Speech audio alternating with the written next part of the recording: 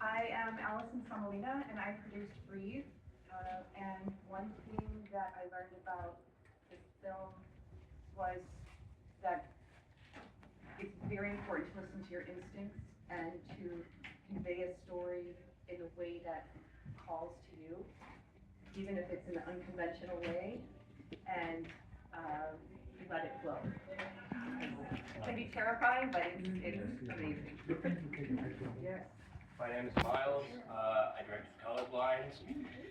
I would say the biggest thing I learned, maybe not learned, but just like and continue to learn, is that you can just do it. It is that easy.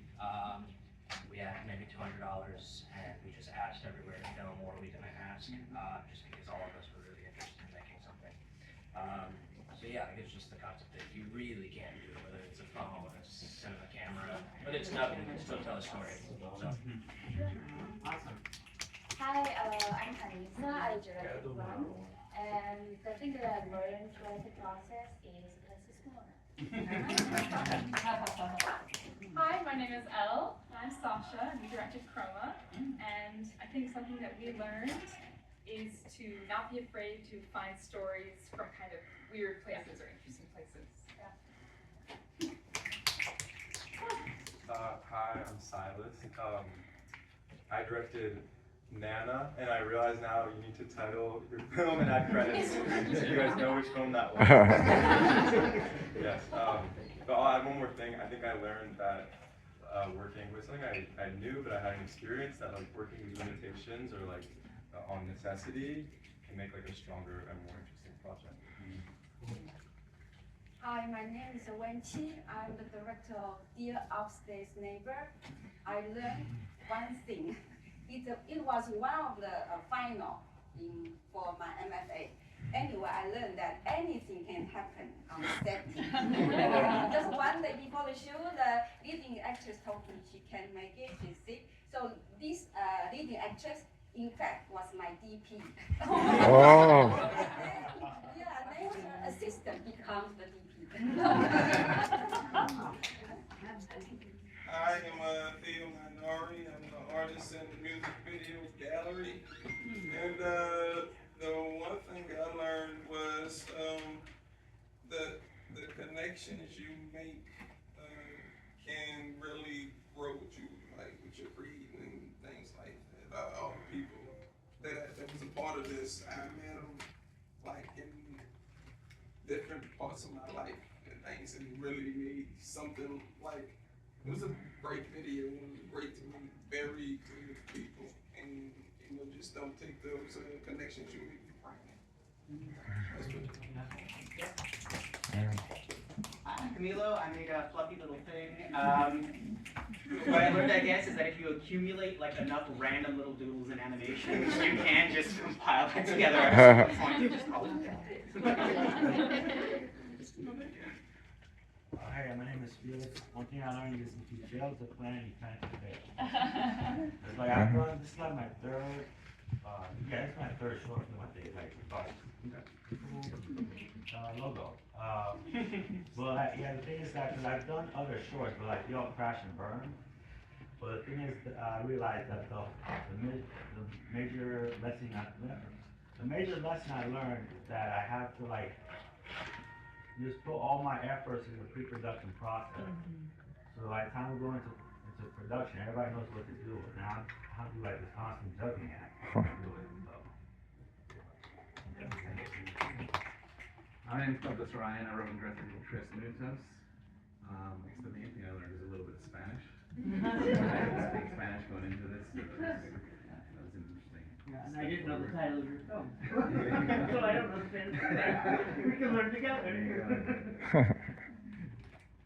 Awesome. All right. Thank you. We got 8 minutes. We can have 8 minutes more. I'd love to open it up to the floor for questions. Yes, ma'am. In the back. Hi, well, congratulations to all of the filmmakers. It was just really so wonderful to see and to be here with my friend who's also a filmmaker, and you know, to get this extra, you know, bonus block. But I have a question for Miles. I just thought that you really managed to make so much story out of so I mean, it seemed like the camera was always so close up, and I just noticed a lot of diagonals and the lighting and the train shot, and everything was just so really, really interesting. And I'm just wondering, did you, and that scene in the beginning with the street lights, I'm like, that was just, it looked like so much, but it was just a shot with a blurry background. And you just made so much out of so little. I just like, is that what you were going for? First off, thank you. I really appreciate that question. I appreciate the details you brought out. Yeah, I mean, it is kind of that mindset of we don't have anything, so let's make the most with it. And that isn't to say that we should kill our ambitions at any level. Like, that's never been my mentality. Like, whether it comes to story, aesthetics, actors, plot, whatever, set pieces, like, I want to go big, obviously, but I want to go big with what I have. So, yeah, like you said, we kept stuff pretty tight, but that just made the light very harsh and very dramatic, which obviously works very well because everyone kind of knows that classic, like, 40s, 50s noir aesthetic. That iconography is very iconic in a way, so that we have that for our benefit. Yeah, we had one light, we had cardboard, a couple other things. Ethan in the back there, he was my gaffer and photographer. Thank you to him. Really, he also helped me, especially with what you're talking about, like, cinematic look is best achieved for us, yeah, in a very, very tight space. And I think it worked out pretty well. So, thank you. Question in the middle. I have a question for, I think, Allison. Red glasses. I loved your film, and I think the parts of the water were so beautiful, and I was wondering if you could talk about water, both like why, maybe symbolically, but also practically, like what was it like filming in the water? Well, thank you so very much for your comments. And yes, so Breathe, so the story is based on my own experience of living through the Maui fire in 2023, and the aftermath of dealing with everything that I witnessed and lived through, as well as everybody I knew who went through it. So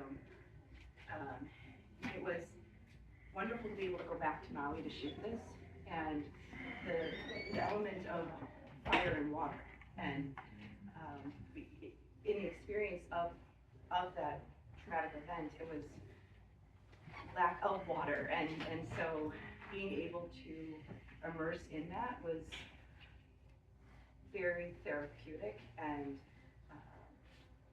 powerful for us. And shooting that, my director, Amia Volantad, she is incredible, and we used underwater cameras and really immersed in everything with it, and it really fed into the healing process of that experience. And yeah, it was just a good blending of fire and water.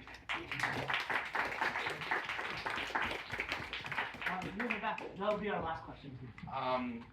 Sorry, I forgot. Who directed 3 minutes? Okay, first of all, phenomenal. Really. Thank you. That's really, really good. Really captivating that just a conversation can be such a well-told story.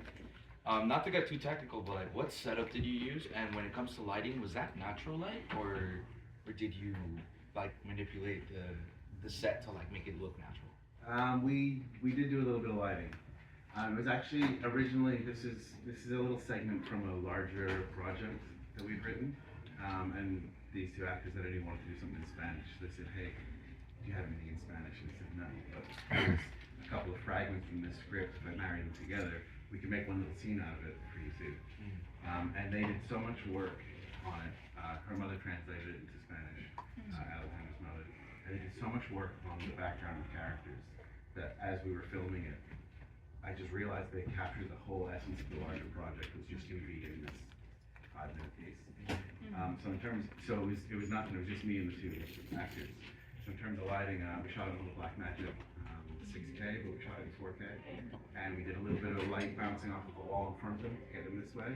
And then I just had a desk lamp that I set on the bed behind them and turned so that we could get a little bit of light on them. That and the practical light sort of reflecting the blurry background, it all just added to this real intimate sort of bedroom scene. Yeah. What kind of glass did you use?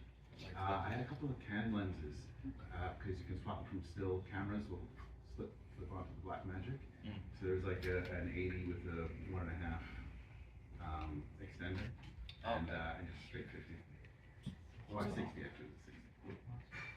Let's give another round of applause.